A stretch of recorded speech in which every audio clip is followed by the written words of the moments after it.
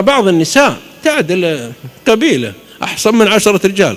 يقول متنبي: ولو أن النساء كمن عرفنا، أخت سيف الدولة يعني، ولو أن النساء كمن عرفنا لفضلت النساء على الرجال، فما التأنيث لاسم الشمس عيب ولا التذكير فخر الهلال. بعض النساء يأتي زوجها تزيد من قوته، من نشاطه، من صلاته، من عبادته. أعرف بعض الناس تزوج وتحول حاله إلى الطاعة وإلى الخير وإلى فعل معروف بسبب الزوجة، وتسعد حتى إذا دخل مهموم قالت: ما تسوى الدنيا شيء، ومرحبا بك يا أبو فلان، وحياك، والدنيا تفداك، وفداك من يشناك، وابتسم للحياة ولا تحزن إن الله معنا.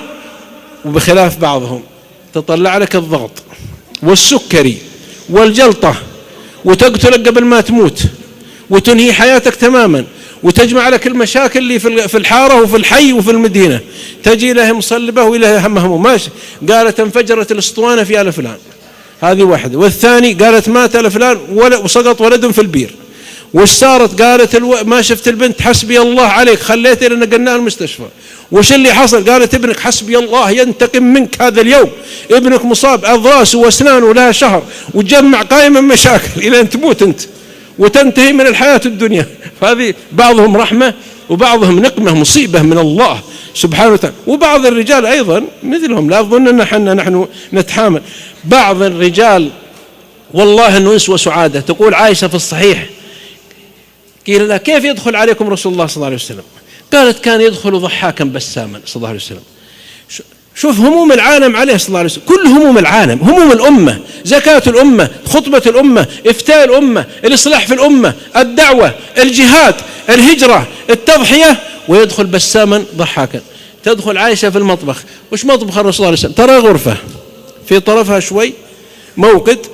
قالت: يقطع اللحم معنا. إذا قامت عائشة يقطع، قال: مرة يمسك وأنا أقطع. يقوم يكنس البيت صلى الله عليه وسلم: سيد ولد آدم وإنك لعلى خلق عظيم، أرحم الراحمين صلى الله عليه وسلم، من أرحم الراحمين، الله رحمه بهذه الرحمة. يقوم صلى الله عليه وسلم يحلب الشاة، قال: يعتقلها ويحلبها ويعاون عائشة ويمازحها ويلاطفها. هذا أبر إنسان خلقه الله في العالم، هذا قدوتنا عليه الصلاة والسلام.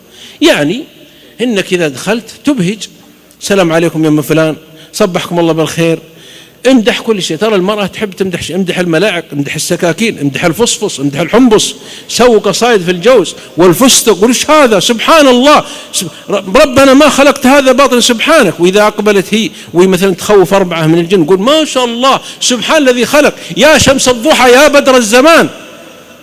وهذا تبني المسألة على المجاملة وجبر الخواطر. ترى يا إخواني ما نم ملائكة ولا نزلنا من السماء، وكل في عيب، ولا تشترط شروط باهظة، وهي أيضا قبلت بك، فاحمد الله سبحانه وتعالى واجبر ومش، ولا تعيش المثاليات.